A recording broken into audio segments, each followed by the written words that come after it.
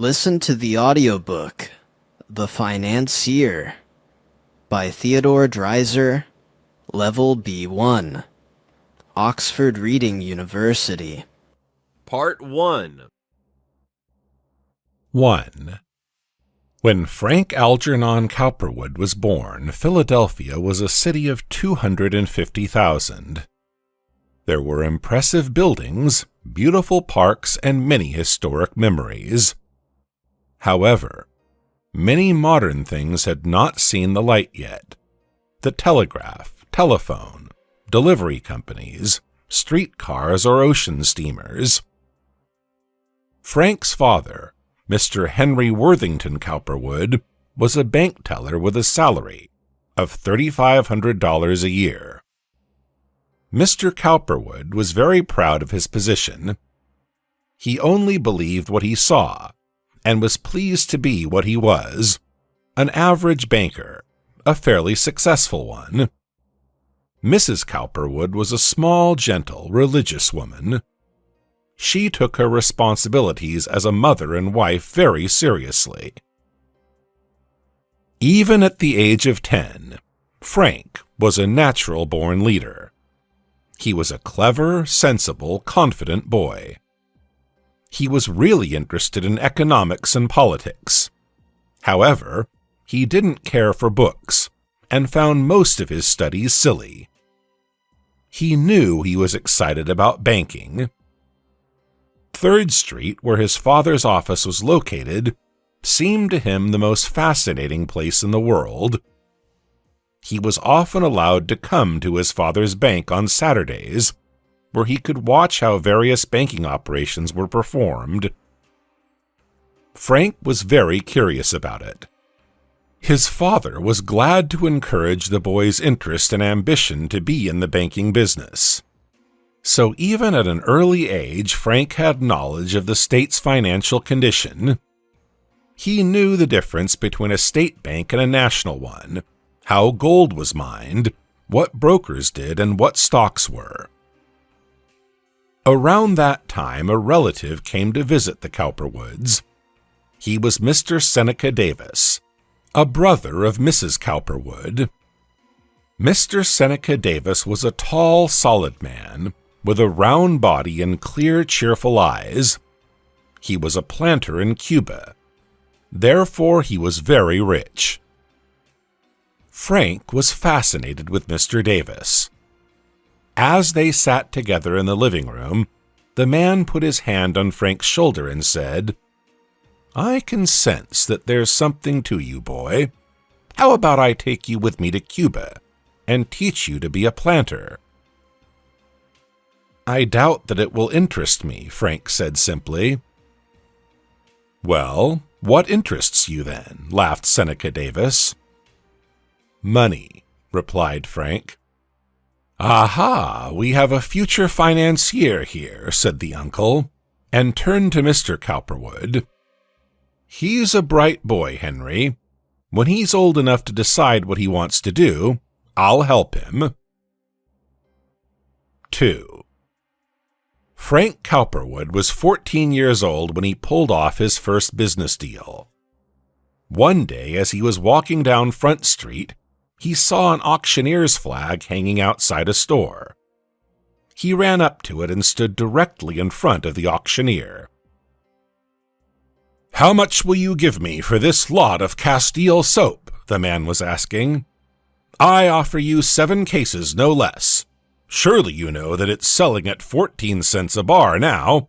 1 case is worth $11.75. How much will you give me?" Young Frank was calculating quickly for himself. 7 cases would be worth $82.75.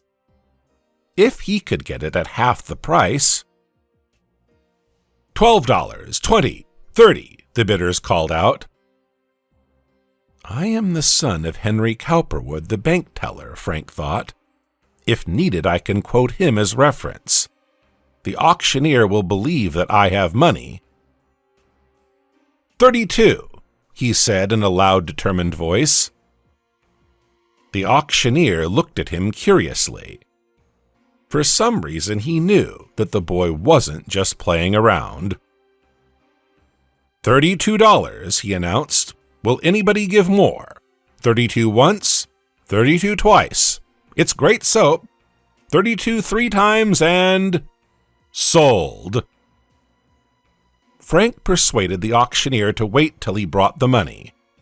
Then he hurried home and rushed into his father's study, without even catching his breath. "Father, I want to borrow $32 from you," he said. "I'm going to buy some soap and sell it to our family's grocer." "Why, Frank, are you becoming a financier already?" his father laughed, and counted out $32 out of his pocket. "Here you go." Frank thanked him in a hurry and ran out of the study, heading to the auctioneer's store. He paid for the soap and even hired a drayman to deliver the soap to the grocer's store, all within half an hour. The grocer agreed to buy the soap for $62, which was twice the price that Frank had paid for it. 3. At the age of 17, Frank decided to quit school. He hadn't graduated. Instead, he had some little jobs, and he also assisted his father at the bank in certain emergencies. Around this time, Uncle Seneca returned to Philadelphia. He helped Frank to get a job as a bookkeeper at Henry Waterman and Company, grain and commission brokers. Frank soon proved to be the most capable worker that the company had ever known. In less than a month, he was appointed head bookkeeper and then promoted to accountant. At the end of the year, he was promised a regular salary of $30 a week starting next year. Also, his boss gave him a generous $500 bonus. Of course, it felt nice to have enough money to afford some luxuries, like Christmas presents for his family. However, Frank didn't have much interest in bookkeeping, and he had no intention of doing that for much longer. Next October, as he turned 18, Frank left Mr. Waterman to find employment in Teague and Company, bankers and brokers. Recently, the political situation in the country had gotten worse and influenced Mr. Teague's trade with other states. So he was glad to have such a capable worker around. Relations between the North and the South were now poor. Inflation increased, and people started protesting against slavery. Get more stories in the EWA app. Read. Listen to the audiobooks of different genres. Learn new words in one click. Improve your English with EWA. Check out app ewa.com. The new office suited Frank in every way. Unlike Waterman and Company, it was located in the busiest neighborhood of the city. There were big financial companies and smaller banks nearby. It was the heart of Philadelphia's financial district. By that time, Frank's father had been appointed chief cashier of the bank, and the family moved to a bigger house. As he moved ahead socially, his family started receiving important guests more frequently. On one such meeting, Frank met Mrs. Lillian Semple. Her husband, a shoe store owner, came to the Cowperwoods to discuss an important matter with Frank's father. They talked about streetcars, a very promising transportation feature that had just entered the world. Meanwhile, Lillian Semple caught and held Frank's attention. She didn't seem to equal him mentally or emotionally, was 24 years old as opposed to his 19, and was married. But still, Frank couldn't stop thinking about her. She wasn't a woman of rare beauty or intelligence. Rather, she was lovely, pleasant, peaceful, and perfectly ordinary. 4. Frank was still too young and inexperienced to become a broker. He needed the help and support of someone of importance. Therefore, Mr. Teague bought him a seat on the exchange for $2,000 and named him his business partner. And so, young Frank Cowperwood lost himself in the world of stocks, markets, and brokerage, and dreamed of taking it over one day. Frank often visited the Semples to discuss business affairs with Mr. Semple. But actually, he came to look at his wife. About a year later, Mr. Semple caught a bad cold and died. Some of the family's friends helped arrange his business affairs, and soon his shoe store was sold. Lillian Semple received $18,000 as his rightful heiress. However, she didn't care about the money. She spent her days crying over her husband. After Mr. Semple was buried, Frank started to visit Mrs. Semple regularly. And the more time he spent with her, the better he liked her. Soon, Uncle Seneca Davis died in Cuba and left him $15,000. The young man knew exactly what he would do with it. The political situation had become very dangerous, and the war with the South was coming. The country sank into economic depression, and people started panicking. It made Frank realize just how uncertain, how unreliable the brokerage business was. He didn't want to take the risk anymore. The cause of war didn't bother him much. All he wanted was to be independent and keep making a profit. So soon after he received his uncle's money, he went to talk to Mr. Teague. "I think your company is great," Frank told him, "but I want to get into the note brokerage business on my own. I will open my own little office and collect debts from people and companies. This stock game is not reliable at all. I don't want to take any more risks." 5. Even though the situation in the country was horrible, Frank was doing well. He was in love and had money. He started in the note brokerage business with a little office at South 3rd Street. Also, he had opened business relations with a reliable bank, as he wanted to make some suitable investments. He had many ideas in mind, but eventually he decided to go for the quickly developing streetcar lines.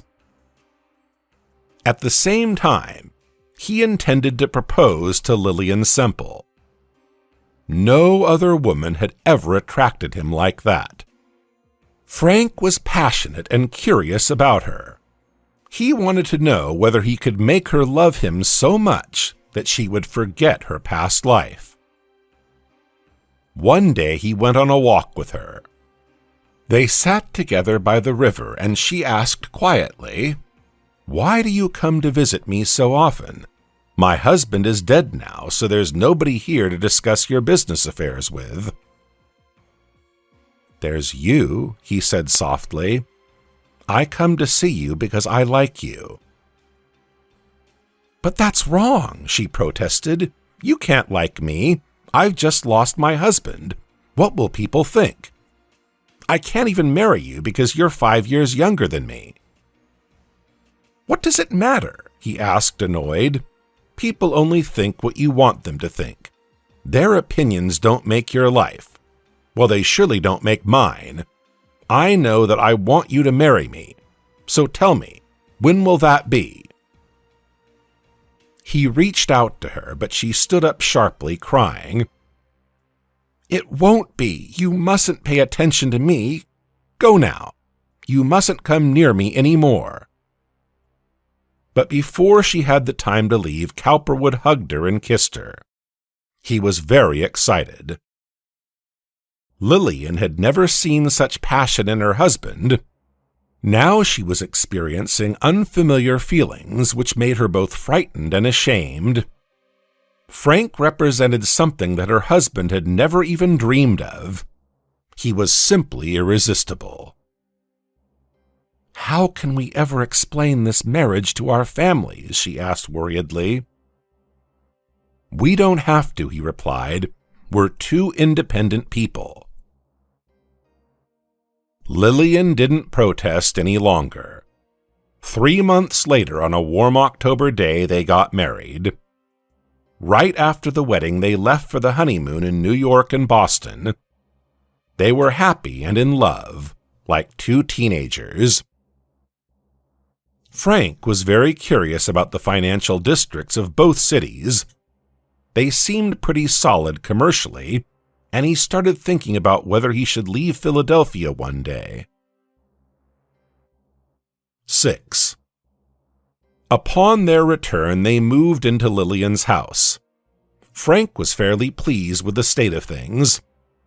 For months and years, he really enjoyed coming home in the evenings, having dinner with his wife, driving together, and having friends for lunch.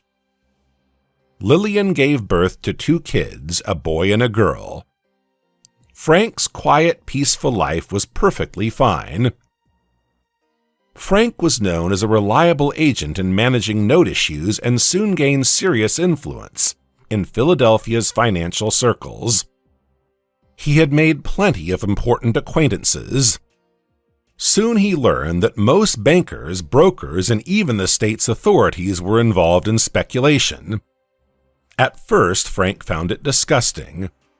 Then he realized that it didn't really bother anyone.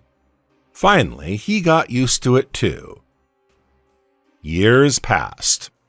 At times, when he looked at his wife, he noticed that her beauty started disappearing. Now that his passionate love for her had cooled, he wondered if he really knew anything about her personality. After a few more years, she is going to be pretty old, he thought, being a very practical man. I will have to take care of her. If only she were younger. For me, it's easier to connect with young girls. They are so cheerful, so full of life. At that time, the war between the North and the South was finally declared. A wave of political meetings and huge street protests overcame the country. Then Lincoln was elected president. Frank, however, did not care about the war or the rights of the black people. He was not going to fight on either side. His life was too valuable to waste like that. He wished for the North to win because he was a Northerner. He wished for the war to end as soon as possible, but only because it was too expensive for the country. He treated it, not as a citizen, but as a financier. Frank's first great opportunity to show his worth came to him as the war broke out. Stay with us for part 2. The more you listen, the faster you'll become fluent in English. Subscribe to our channel for more English stories to improve your English. And now, listen to another audiobook.